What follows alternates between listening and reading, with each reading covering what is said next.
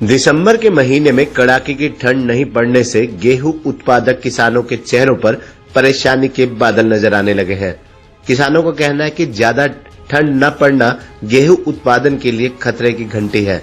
वहीं कृषि विशेषज्ञों का कहना है कि 10 से 15% तक गेहूं का उत्पादन कम हो सकता है।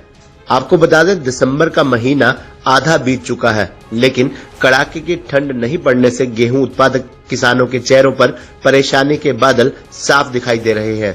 किसानों का कहना है कि ज्यादा ठंड न पड़ना गेहूं उत्पादन के लिए खतरे की घंटी कह सकते हैं, क्योंकि पाला गेहूं की फसल के लिए वरदान माना जाता है और उससे फुटाव पूर्ण होता है। कृषि विशेषज्ञों का भी कहना है कि 10 से 15% तक गेहूं का उत्पादन कम हो सकता है। किसान राधेश्याम के अनुसार ठंड गेहूं की फसल के लिए वरदान कही जाती है और इस बार भी ठंड ज्यादा नहीं पड़ रही। जितनी ज्यादा ठंड होगी उतनी ही गेहूं के पौधों में फुटाव होगा। फुटाव ज्यादा होगा तो फसल भी बम्पर होगी। किसान सोहन लाल का कहना है कि पाला नहीं पड़ने से पिछली बार भी फसल हल्की हुई और इस पर भी कमोबेश यही स्थिति है।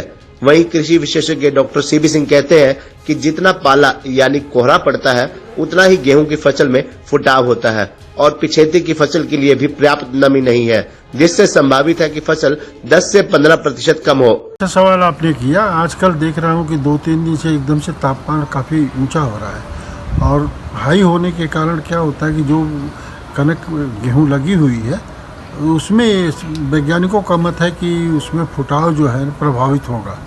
और साथ साथ ये भी देखा गया है कि हमारी जो कुछ पछेती किस्म की गेहूं की किस्में हैं जिनकी हमको बिजाई करना है, तो उसके लिए ज़मीन में पर्याप्त नमी होना ज़रूरी है।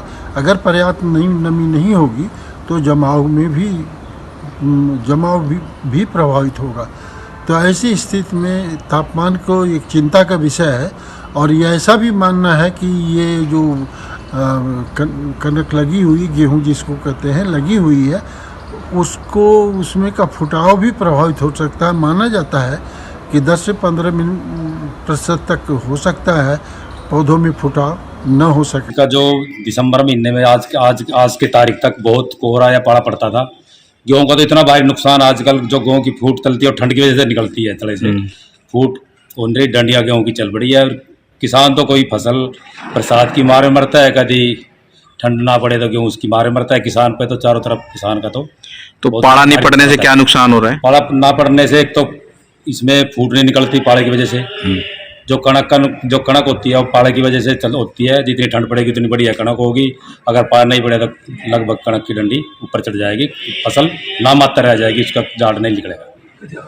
बताएंगे गेहूं की बालियां नहीं फूट रही है। बाली का आपकी बार जो कोहरा नहीं पड़ रहा है ना उसकी वजह से नुकसान है सारे का सारा गेहूं की फसल में। अगर पड़ता पिछली बार भी अड़की रही थी, अब की बार भी अड़की है फसल।